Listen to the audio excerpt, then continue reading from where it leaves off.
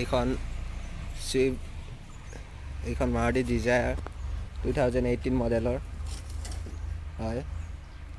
এতিয়া আমি এইখনত সিকিউৰিটি এলাৰ্ম সিস্টেমটো এক্টিভেট কৰিম। কেনেকৈ কৰিম এইটো ভিডিঅ'ত মই আপোনালোকক সকলোখিনি বুজাই দিম। এতিয়া আমি শুই ল'লোঁ।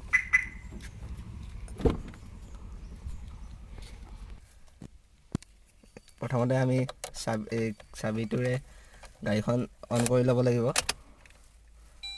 তাৰপিছত এই কিলোমিটাৰৰ ৰাইট বটনটো 3 ছেকেণ্ডৰ কাৰণে হোল্ড কৰি ৰাখিব লাগিব।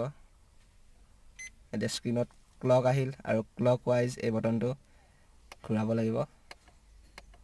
সিকিউৰিটিত অ'কে কৰি দিয়ক। তাৰপিছত S2 আহিছে, তাত অ'কে কৰক। তাৰপিছত SL1 চিলেক্ট কৰি দিয়ক। ছাকচেছ দেখাইছে। এতিয়া S3 আছে, তাত অ'কে কৰক। তাৰপিছত এইটো আকৌ ক্লক ৱাইজ ক্লিক কৰক। তাৰপিছত 15 লৈ যাওক।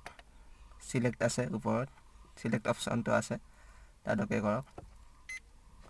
ছাকচেছ। এতিয়া S4 তাত লৈ যাওক আপোনালোকে 10লৈ, ছাকচেছ কৰক। এতিয়া চাবিটো অফ কৰি দিয়ক ডাইৰেক্ট। এতিয়া আমি চাম এলাৰ্মটো এক্টিভ হৈছে নে নাই। এতিয়া আমি গাড়ীখন লক কৰি ল'লোঁ। তাৰপিছত এতিয়া চাম এক্টিভ হৈছে নে নাই।